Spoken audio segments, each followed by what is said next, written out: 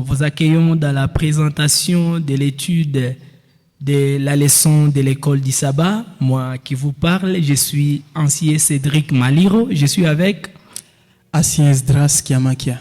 Merci beaucoup, cher ancien. Soyez le bienvenu. Merci. Alors, dans cette étape, nous voulons étudier la troisième leçon de notre brochure du deuxième trimestre de l'année. La troisième leçon parle de l'orgueil et l'humilité. Mais avant d'aller là-bas, laisse-nous d'abord prier. Prions. Seigneur notre Dieu, nous t'invitons dans cette étude pour que tu puisses nous inspirer et que tu puisses permettre à ce que cette leçon soit bénéfique dans la vie de tout et chacun de nous. Au nom de Jésus, Amen. Amen. C'est comme ça que nous continuons toujours à vous accueillir et vous demander de nous prêter attention dans la leçon de l'école du sabbat. Nous sommes en train de développer ou encore nous sommes en train d'étudier la leçon numéro 3 qui nous parle de l'orgueil et l'humilité. Mais avant, j'aimerais à ce que, cher ancien, tu puisses nous donner un peu la synthèse de la leçon de la fois passée qui parlait de connaître Dieu. C'était la leçon numéro 2. En bref, qu'est-ce que ça nous parlait? Merci, Ancien. La semaine passée, nous avons eu à décortiquer la deuxième leçon de notre brochure. La brochure qui a comme thème « Grandeur dans sa relation avec Dieu ». Grandeur dans sa relation avec Dieu.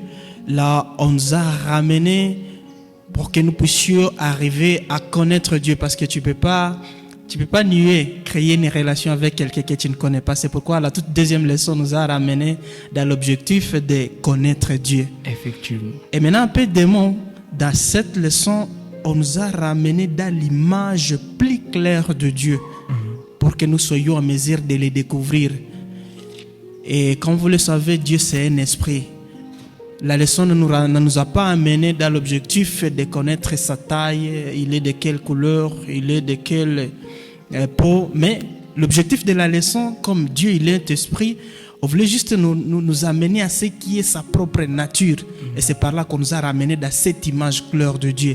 Et l'image claire de Dieu, c'est son caractère. Et quand on parle du caractère de Dieu, c'est là qu'on nous a dit que Dieu il est saint.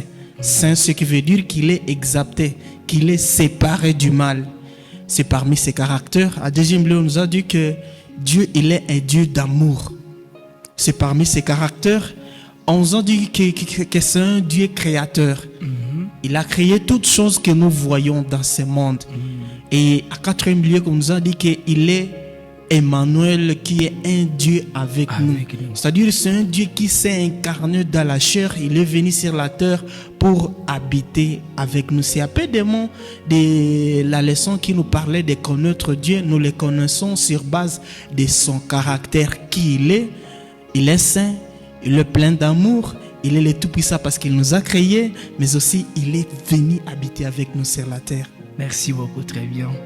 Eh bien, nous avons maintenant la troisième leçon.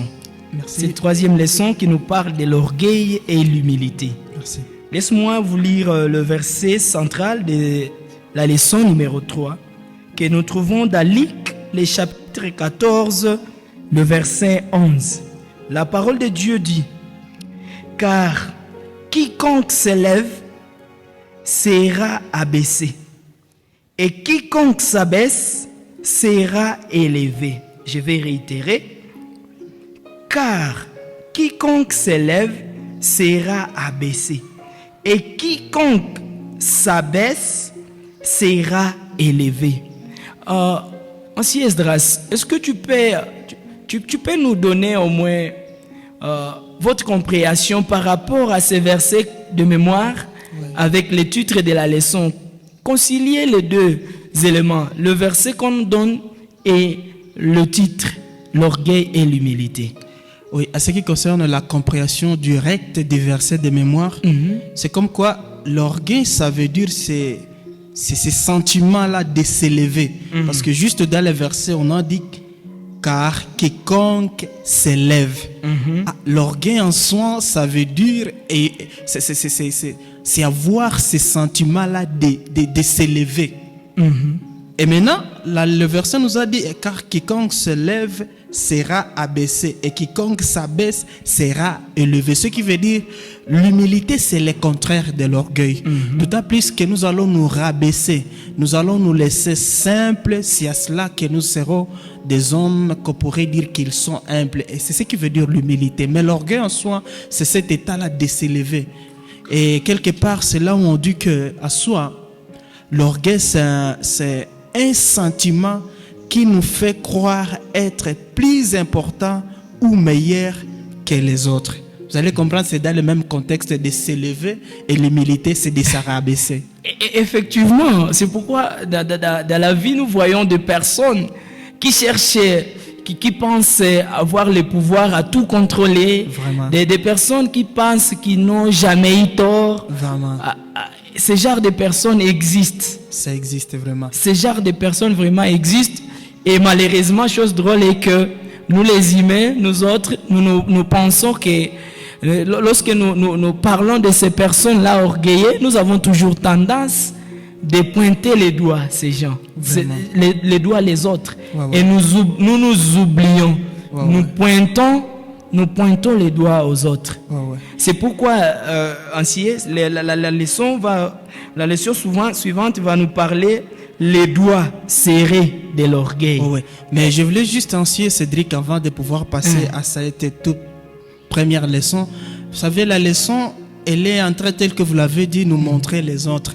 Nous avons toujours l'habitude de voir quand on décortique ces gens-là, les orgueillés, comme quoi les gens qui ne reçoivent pas des conseils, des orientations, ils veulent toujours humilier les autres. Tel que vous l'avez dit, nous essayons de voir les autres, nous oublions. Pourquoi? Parce que l'objectif de la leçon, c'est de voir ma relation avec mon Dieu. Et ma relation avec mon Dieu, la leçon ne nous appelle pas à voir les autres. La leçon, elle nous appelle à se connaître d'avance, se voir quand on est en train de parler de l'orgueil et l'humilité. Est-ce que cette leçon me concerne ou bien ça concerne l'autre? Si on va dire que ça concerne l'autre, là-bas il y aura un piège. Mais il fallait d'abord qu'on puisse nous approprier cette leçon qui parle de l'orgueil. C'est en cela que nous aurons dans cette semaine à exploiter, à voir l'impact de l'orgueil dans ma relation avec mon Dieu. Pourquoi? Parce que l'orgueil en soi, c'est comme nous l'avons dit, c'est ces sentiments-là qui nous amènent à nous considérer que nous sommes meilleurs que les autres. Et quand on se dit qu'on est meilleur, on pourrait chuter à dire qu'on ne dépend pas de Dieu. Parce que quelqu'un qui se connaît meilleur, il se suffit. Alors que Dieu, il veut que nous ayons toujours une vie dont on dépendance à lui. Nous devons toujours dépendre de lui. Mais lorsque nous allons nous reconnaître que nous sommes supérieurs, que nous ne dépendons pas de quelqu'un, c'est là où il y a le problème dans ma relation avec mon Dieu. Merci beaucoup. Et lorsque nous étudions les points ici qui parlent du doigt serré de l'orgueil, ici on nous a essayé de parler de l'origine. L'origine de l'orgueil. Est-ce que tu peux nous parler un peu d'où vient l'orgueil? Quelle est l'origine au moins de l'orgueil? Exactement, merci cher Assier. Tel que nous l'avons dit, à soi l'orgueil c'est un sentiment où la personne se trouve qu'il est meilleur par rapport à la personne, qu'elle est meilleure par rapport aux autres. Et c'est cela où la Bible nous ramène à comprendre que l'origine de cet orgueil, c'était venu d'un être cher, d'un ange qui avait une place, qui avait une considération au ciel. Et fort et malheureusement, la Bible ne nous explique pas comment ce sentiment était né à lui. Mais lui, il a commencé à sentir qu'il était plus important que les autres, que les honneurs que recevait Dieu, lui, il voulait aussi les recevoir. Et c'est dans ce sens-là que l'orgueil a commencé chez lui. Ce sentiment-là d'être meilleur que les autres. Pendant qu'il voyait d'autres anges, lui aussi, il se disait que, en tout cas, moi aussi, je mérite plus que ça. C'est dans Lucifer, tel que la Bible nous le définit, que nous voyons l'origine de cet orgueil qui commence sur la terre. Parce que c'est d'autant plus que lorsqu'il a sémé c'est un grain d'orgueil dans nos premiers parents que nous aussi nous sommes parvenus à faire quoi? À recevoir je dirais, c'est une poison. De ce poison-là qui est venu du diable, lui qui est l'origine de l'orgueil à soi. Et effectivement, vous voyez, l'orgueil de Satan va lui conduire à semer les doutes dans nos premiers parents. Et voilà, cela va conduire maintenant nos premiers parents dans les sentiments là de s'aimer et voire même de désobéir à la voix de Dieu. Et c'est par là d'ailleurs même que commencent les grands conflits. Vraiment. Et c'est à cela que je pourrais ajouter, vous allez voir, tel que nous sommes en train de parler, les doigts serrés de l'orgueil. Et là, on nous a proposé un verset dans le livre premier épître de Jean, le chapitre 2, le verset 15 jusqu'au verset 17. Si vous pouvez lire, vous allez voir que la parole de Dieu est en train de nous interdire de ne pas aimer le monde. Et la convoitise de la chair, la convoitise des choses qui frappent les yeux, c'est comme si c'est sur base de la convoitise. Comme nous l'avons souligné, le fait de se sentir qu'on est meilleur que les autres, ça vient sur base de ce qu'on est en train de voir. Ok, et qu'on veut prouver qu'on est meilleur que d'autres. C'est pourquoi le fait de mépriser le monde, c'est parmi les choses qui nous amènent à faire quoi? À donner place à l'orgueil dans nos cœurs. C'est pourquoi l'objectif de cette leçon, elle est en train de nous ramener à voir ma relation, elle risque d'être brisée avec mon Dieu, d'autant plus que je serai en train de donner place à l'orgueil. Là, j'ai une petite question là-bas. Et est-ce que au moins l'orgueil peut-il être positif? Bon, je dirais on peut arriver à apprécier quelques potentialités qu'on a, soit quelques dons, quelques talents qu'on a. Ce qui est une différence avec l'orgueil. Pourquoi? Laisse-moi m'expliquer. Je me dis, je peux me reconnaître et moi je sais bien chanter. Ce n'est pas encore un problème. Quand on serait en train de se reconnaître qu'on sait bien chanter, quand on serait en train de se reconnaître qu'on sait bien organiser les choses, ce n'est pas un problème. Mais l'orgueil vient de là où on se sent maintenant qu'on est supérieur. On est plus que les autres. C'est là l'orgueil. Mais d'autant plus qu'on va se limiter sur cet effet-là de reconnaître en soi que Dieu m'a donné le talent de bien chanter, que son nom soit loué. Et qu'on se limite par là. Le fait d'apprécier ses qualités n'est pas un problème. Ça sera l'orgueil lorsqu'on va essayer de se comparer, de ne pas se considérer avec les autres. Parce que c'est ça qu'on s'est déjà élevé, qu'on se trouve qu'on est à un niveau plus élevé que les autres. Et là, la leçon souligne que là, c'est déjà l'orgueil. Mais si on pourrait s'arrêter à ce dur, je sais bien chanter, que Dieu soit loué, et on s'était par là, là, ce n'est pas encore l'orgueil. Là, on est en train d'apprécier. Donc, on peut être d'accord que l'orgueil n'est pas positif bibliquement. À soi, l'orgueil n'est pas positif. En tout cas, l'orgueil n'est pas positif. À soi, c'est ça. Maintenant, lorsque nous avançons avec la leçon, je vois la leçon de lundi qui va nous parler de connais-toi toi-même. Connais-toi toi-même. Qu'est-ce que vous avez à nous parler par rapport à ce que nous dit la leçon aussi, connaître toi-même? C'est en ce sens-là que, comme nous sommes en train de continuer avec toujours cet aspect, la leçon qui nous parle de l'orgueil et l'humilité. Vous savez, les orgueilleux, ils ont toujours une tendance à ne pas découvrir leur faiblesse. Ils ont toujours cette tendance à découvrir ce qui est faible sur l'autre. C'est pourquoi cette partie nous ramène d'avance à nous connaître. Pourquoi? Parce qu'on nous a signalé que quand on est en train de parler de l'orgueil, ne voyez pas les autres. Essayez un peu de nous voir. Et c'est là qu'on nous a ramené à connais-toi toi-même. Et là, nous sommes dans Luc, le chapitre 18, le verset 9 au verset 14, où le commentateur de la leçon, il a essayé de rabaisser cette leçon à notre état actuel. Et là, il a dit qu'il y avait des hommes. Il y avait un ancien de l'église, et il y avait une personne que moi je dirais qu'il n'a pas de l'impact dans l'église, il n'est pas considéré. Mais tous deux, ils étaient venus à l'église pour prier. Et maintenant, c'est l'ancien de l'église qui va commencer à louer Dieu, disant que je suis en train de te remercier, mon Dieu. Pourquoi? Parce que, en tout cas, tu fais de bonnes choses dans ma vie. Et il va chuter en disant que moi, je ne suis pas comme le monsieur qui est là en coin.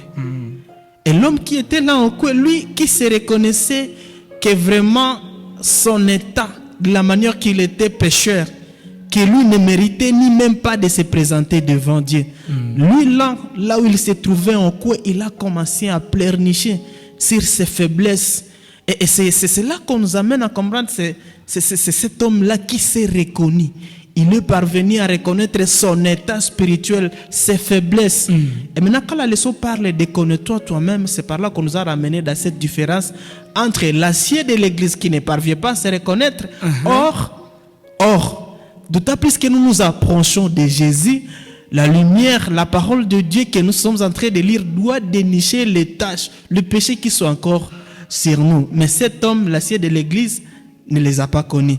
Mais l'homme qui s'est reconnu là au coin, au moins lui, il a pu lister les péchés, les faiblesses spirituelles qu'il avait. C'est dans cet aspect qu'on nous a ramené dans l'objectif de nous connaître. Connais-toi toi-même. D'autant plus que nous n'allons pas nous connaître nous-mêmes, nous allons chuter dans l'orgueil.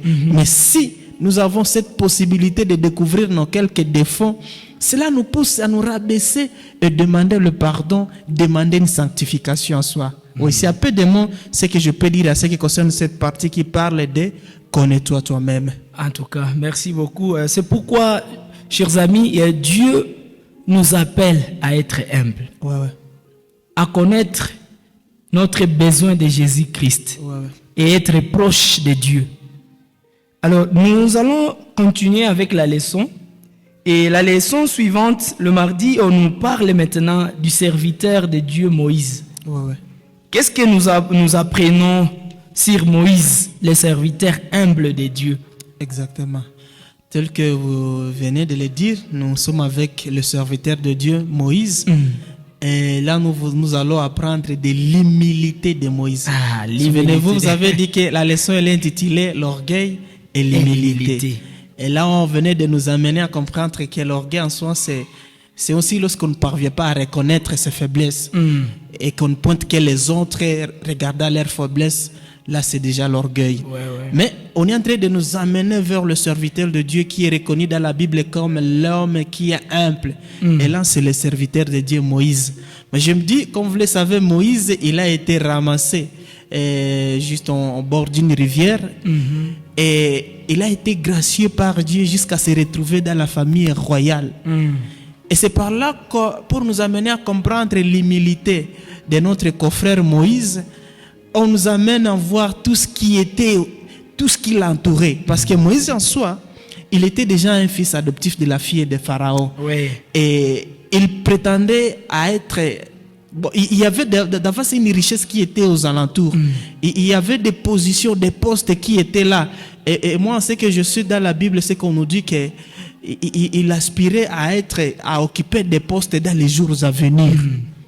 Mais ce qui nous amène à comprendre l'humilité de Moïse, voyant toute cette richesse qui était là, voyant le pouvoir qu'il avait, voyant des ambitions, mais il s'est rabaissé disant que des choses que je suis en train de voir, en tout cas moi j'abandonne, et ce qu'il va faire c'est aller souffrir avec les enfants d'Israël. Et c'est par là que j'étais en train de me poser la question, savoir qu'est-ce qui avait poussé Moïse à fuir tout ça? Qu'est-ce qui l'avait poussé? Je me dis, si c'était nous actuellement, je me dis les jeunes d'aujourd'hui, vous avez eu cette grâce d'être auprès de Tshisekedi. Il y a des ambitions politiques. Et peut-être que vous avez déjà promis qu'à 2027, vous serez ministre. Maintenant, je me dis, abandonner cet état et se retrouver avec les gens avec qui n'ont pas de position, qui n'ont pas de pouvoir. Peut-être qu'il y avait une chose. Et c'est ce que la sœur Hélène Duhait va nous dire dans Patriarche et Prophète. C'est à la page 212 où on dit que et néanmoins, ayant le monde entier devant lui, il eut la force morale de renoncer aux perspectives brillantes de la richesse et des grandeurs humaines, aimant mieux souffrir avec le peuple de Dieu que d'avoir du péché une jouissance momentanée. Personnellement, c'est par là que j'ai compris ce qui avait boosté Moïse de fuir. Toute cette richesse-là qu'il avait. Donc lui voyait au milieu de cette richesse, il y avait de l'idolâtrie, il y avait du péché. C'est pourquoi lui, guidé par l'Esprit de Dieu, il a accepté fuir cette jouissance pour aller se trouver dans la souffrance avec les enfants d'Israël. Pourquoi? Parce qu'il a vu qu'au milieu de cette richesse, il y avait du péché. Ce qui n'est pas, je dirais, d'accord avec les jeunes d'aujourd'hui. Vous savez, même si on peut lui proposer un boulot le jour du sabbat, il sait que c'est un péché. Mais abandonner ce boulot-là parce qu'il a déjà su qu'il y aura un salaire de $2000, ce n'est pas facile pour nous, les jeunes d'aujourd'hui, de laisser.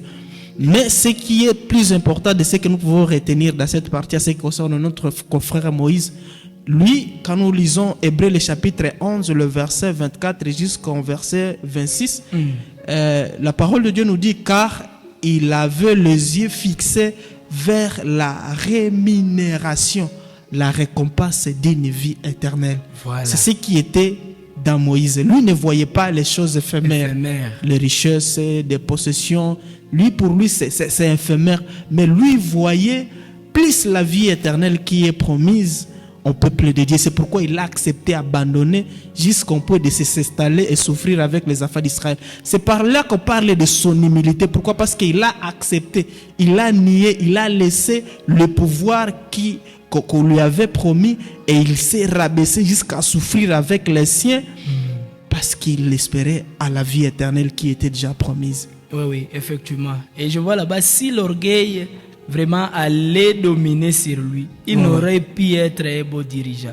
Exactement. Nous voyons quand même quelqu'un qui a bien dirigé, bien conduit les enfants de Dieu. Vraiment. En tout cas, c'est une très bonne leçon que nous devons tirer chez Moïse. Vraiment.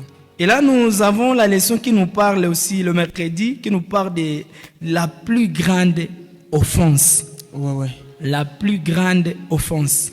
Qu'est-ce que nous pouvons retenir ici avec la plus grande offense? La plus grande offense, nous sommes dans Luc, le chapitre 22, le verset 24 jusqu'au verset 27.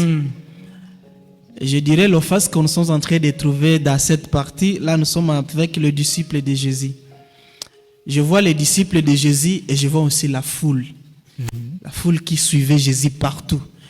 Et dans cette partie, on a essayé de nous amener à comprendre que Jésus, il a sélectionné ses 12 disciples parmi tant d'autres. Ce qui veut dire qu'il y avait beaucoup de gens qui l'entouraient, qui étaient auprès de lui. Mais il s'est choisi les 12 dans l'objectif d'être proche de lui.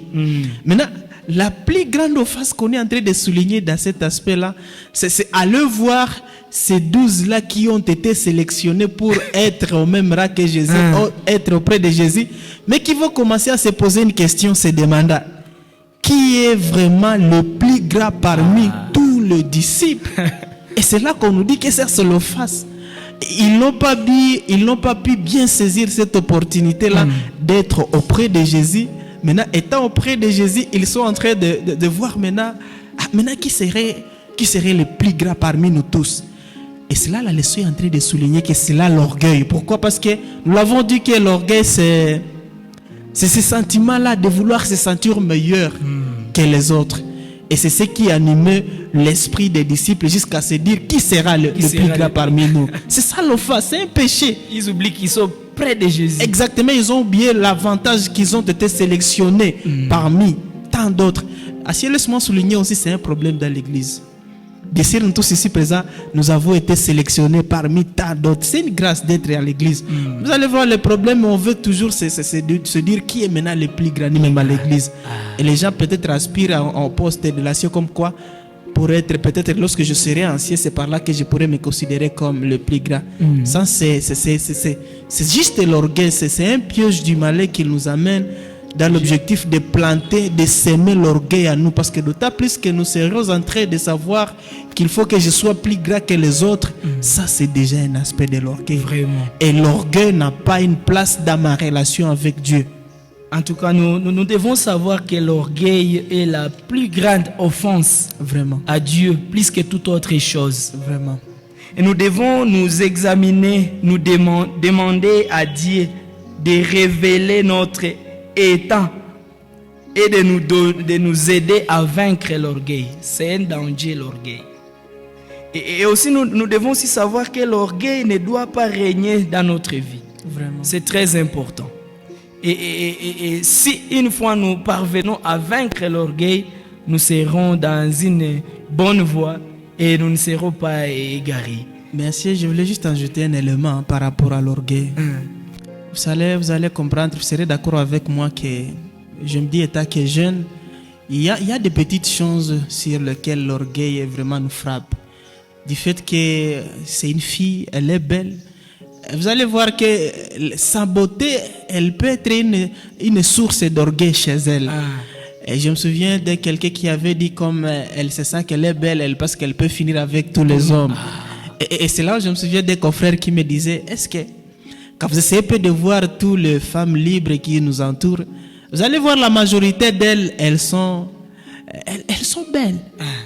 C'est comme si l'orgueil, leur beauté, ils n'ont pas si géré leur beauté jusqu'au point où leur beauté les a poussés à s'enorgueillir. Et maintenant, comme l'orgueil n'a pas une place dans sa relation avec Dieu, et il s'est retrouvé être une femme libre. C'est pourquoi cette leçon est en train de nous amener, chers jeunes et chers papas, du fait que vous avez un talent, vous avez une beauté, mais ne laisse pas que cette beauté ou bien cette potentialité que vous avez ne puisse vous amener à vous comparer, à vous sentir supérieur que les autres, pour briser votre relation avec Dieu. Parce que la leçon est en train d'insister que vraiment, lorsque nous sommes en train de nous sentir ainsi plus élevés que les autres, là nous sommes en train de briser notre relation avec notre Dieu. Merci beaucoup pour cette intervention. Et là, je voulais maintenant que nous puissions encore retourner un peu dans la leçon là-bas.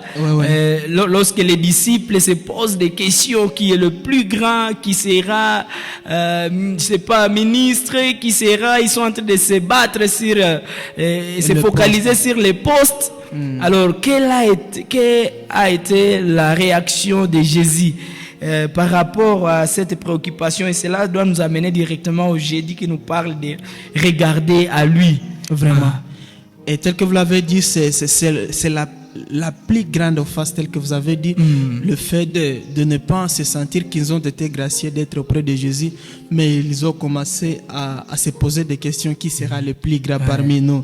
Mais la réaction de Jésus, tel que vous l'avez dit, ça se trouve à la partie de jeudi qui nous parle de contempler-les. Là, nous sommes toujours dans Luc, le chapitre 22, le verset 27. Et là, nous voyons la réaction de Jésus par rapport à la question posée.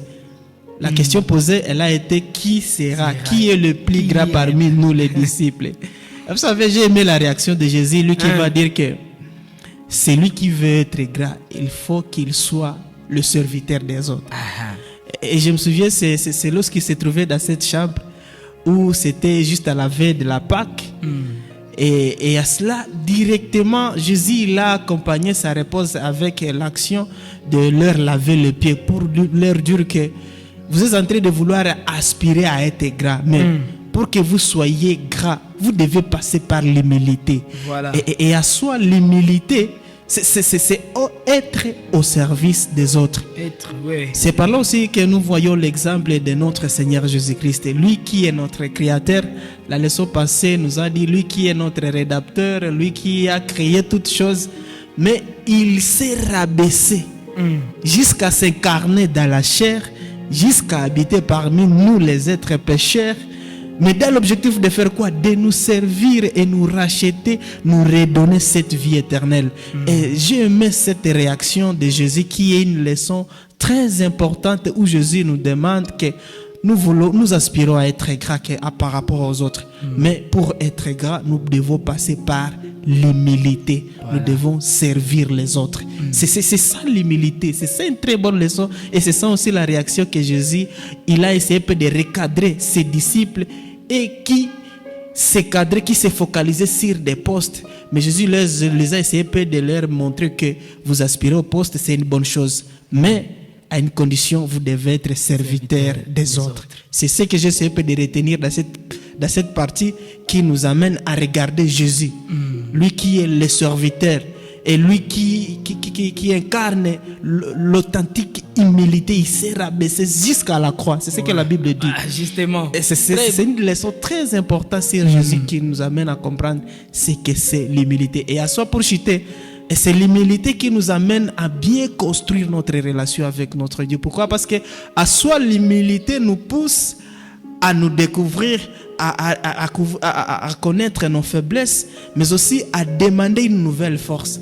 Dans ma relation avec mon Dieu, lorsque je veux me sentir que je suis humble, cela va me pousser à faire quoi? À demander de l'aide avec mon Dieu. Et cela, c'est par là que je serai dans cette bonne croissance avec Dieu dans ma relation. C'est un peu de moi ce que moi je vois dans cette partie de la leçon. Et nous devons savoir ceci. Ouais. Pour suivre véritablement Jésus, nous devons reconnaître nos faiblesses. Exactement. Tout en appréciant la grandeur de Dieu. Exactement. Reconnaître nos faiblesses et apprécier la grandeur. La grandeur de Dieu. Et là, je voulais que nous puissions chuter et terminer la leçon en lisant dans Philippiens. Philippiens, ça sera le chapitre 2. Nous lisons, commençant par le 3e verset, la parole de Dieu dit ainsi.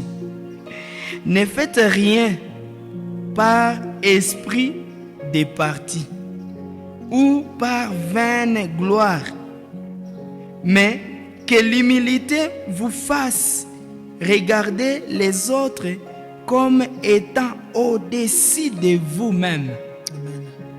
Quand nous allons au verset 4, ça dit que chacun de vous, au lieu de considérer ses propres intérêts,